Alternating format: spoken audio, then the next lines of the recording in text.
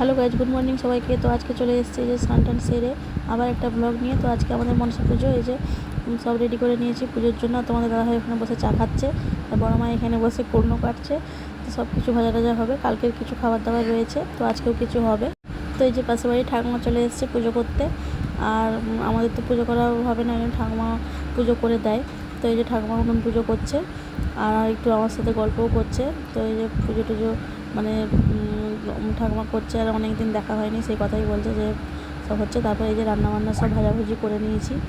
পুজোর পরেই রান্না শুরু করতে হয়, পুজো হয়ে গেছে এবার রান্না শুরু করে দিয়েছি। আর এই যে এখানে চচ্চড়িটার ভাজাভুজি করছি। আর বাবা তো পান্তা ভাত খেতে এত ভালোবাসে, মানে পান্তা ভাত আর গুড় অম্বল সব কিছুই রয়েছে, দিয়ে খেয়ে নিল। তারপর মামা এখানে দেখো 3টে আইসক্রিম নিয়ে বসে পড়েছে, একবারে খাবে, কাউকে খেতে দেবে না, একসাথে 3টে আইসক্রিম ও একাই খাবে। তারপর রান্নাবান্না আমার হয়ে গেল। এই যে ভাত রয়েছে এখানে, আর তারপর রয়েছে সব রকমের ভাজা, দেখতেই পাচ্ছ, আর বললাম না ফুলুলি রয়েছে এখানে, ওলের মাছ ভাজা, মাছের ঝাল রয়েছে এখানে, আর সর্ষে ইলিশ রয়েছে।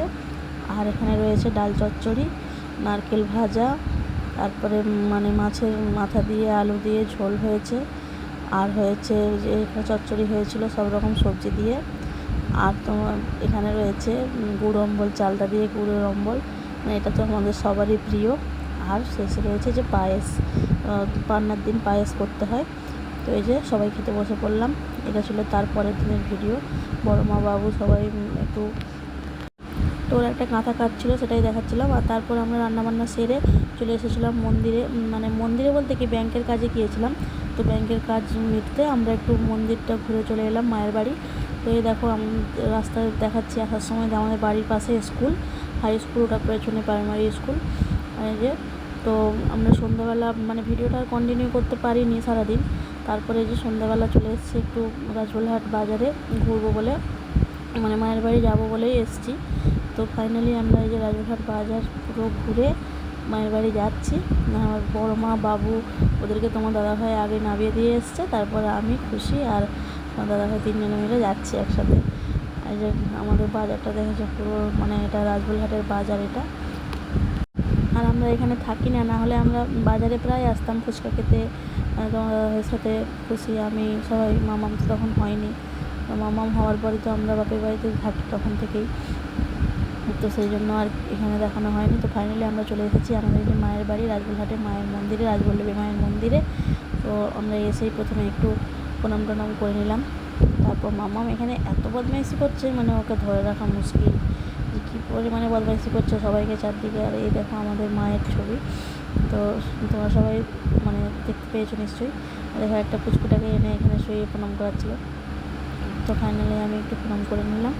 আর তারপর আমরা সবাই মিলে একটু টিপ করে নিলাম। মাম্মা বলছে আমাকে একটু টিপ পরিয়ে দাও, তো এই যে টিপ করে নিয়েছি।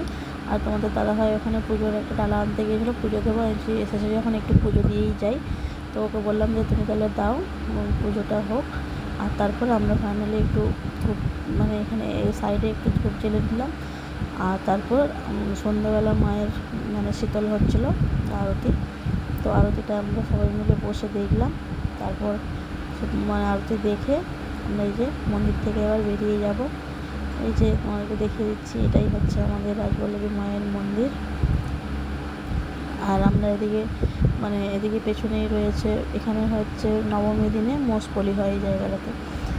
তো এটা তোমাদেরকে দেখালাম, এই যে এই যে জায়গাটায় কতদিন তো আসা হয় না, ওই জন্য বাড়িতে এলেই মনে হয় একবার মায়ের বাড়ি যাই, মায়ের মন্দিরে যাই, সেই মনটা করছিলো। তারপরে আমরা ফাইনালি মন্দির থেকে বেরিয়ে এলাম। আর ওই দেখো মায়ের পুকুর, ওখানে যে এখানে মায়ের পুকুরে সবাই স্নান করে, মানে ভক্তরা এলে সব এখানে স্নান করে।